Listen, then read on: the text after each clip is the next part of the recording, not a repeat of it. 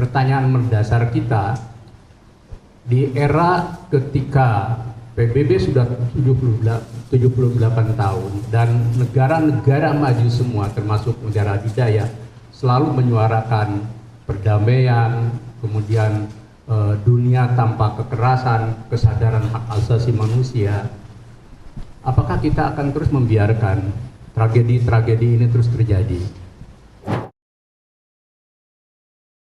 Peristiwa tragedi dan perang antara Israel dan Palestina itu kan sudah berlangsung 75 tahun sejak Israel didirikan di kawasan itu, dan hampir setiap fase, setiap berapa tahun selalu terjadi tragedi, dan jika dijumlah sebenarnya sudah berapa juta korban manusia dan masyarakat sipil dari kedua bangsa ini sudah menjadi rutin dari peristiwa-peristiwa yang mengenaskan ini. Nah, kita semua bisa bertanya gitu ya, dalam perjalanan PBB yang sudah 78 tahun usianya, sebentar lagi PBB ulang tahun pada 24 Oktober, berdiri tahun 1945, PBB bisa menghentikan perang dan mencari solusi yang sampai ke akar, yang hampir semua negara itu sebenarnya, kecuali yang memang tidak, menghendaki solusi jangka panjang, yakni dua negara yang sama-sama berdaulat gitu ya. Tapi kan sampai sekarang Israel sudah lama diakui, Palestina masih menjadi negara yang non members ya, observer state ya. Jadi negara yang pengamat yang bukan anggota itu, dan ketika ada resolusi untuk menjadi negara berdaulat itu kan diveto oleh Amerika. Nah, pertanyaan mendasar kita di era ketika PBB sudah 78 tahun dan negara-negara maju semua termasuk negara adidaya selalu menyuarakan perdamaian, kemudian dunia tanpa kekerasan, kesadaran hak asasi manusia. Apakah kita akan terus membiarkan tragedi-tragedi ini terus terjadi? Di antara fungsi PBB kan 3 dari 5 itu.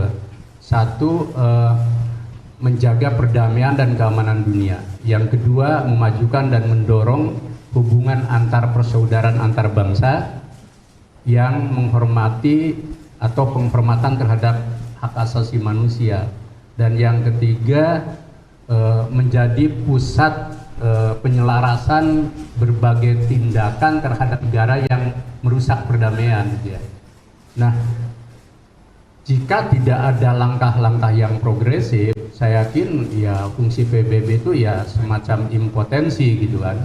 Nah, lebih jauh lagi ketika hampir semua negara maju itu selalu peduli terhadap pelanggaran HAM, terutama di negara-negara dunia ketiga ya, kalau masih bisa kita gunakan. Hanya 1 orang saja, kenapa kok membiarkan tragedi terus tragedi terjadi gitu ya. Jadi kesimpulan kami sebenarnya peradaban modern dan kesadaran akan perdamaian, hak asasi manusia, demokrasi di tatanan global ini sudah di lorong gelap atau lorong buntu dari peradaban modern. Jadi saya yakin kalau tidak ada ketegasan PBB dan PBB korban terus dari veto dari negara yang tidak netral terhadap posisi 2 negara misalkan, ya kita akan terus begini. Mungkin 2 tahun lagi kejadian lagi, 3 tahun lagi akan kejadian lagi. Jadi pertanyaan besar Muhammadiyah untuk dunia sebenarnya, apakah dunia dan PBB akan membiarkan tragedi kemanusiaan dan perang yang ada di depan mata ini terus berlangsung dan kita lumpuh, tidak bisa menegakkan perdamaian, tidak bisa menindak negara yang merusak perdamaian dan tidak mewujudkan persaudaraan antar bangsa. Bahkan forum-forum global baik yang dilakukan oleh negara maupun yang dilakukan oleh kelompok-kelompok masyarakat dan organisasi dunia tentang perdamaian ya nyaris cuman suara di atas kertas saja. Jadi ini perlu refleksi mendasar dari seluruh dunia tentang penyelesaian akhir perang Israel dan Palestina. Terima kasih.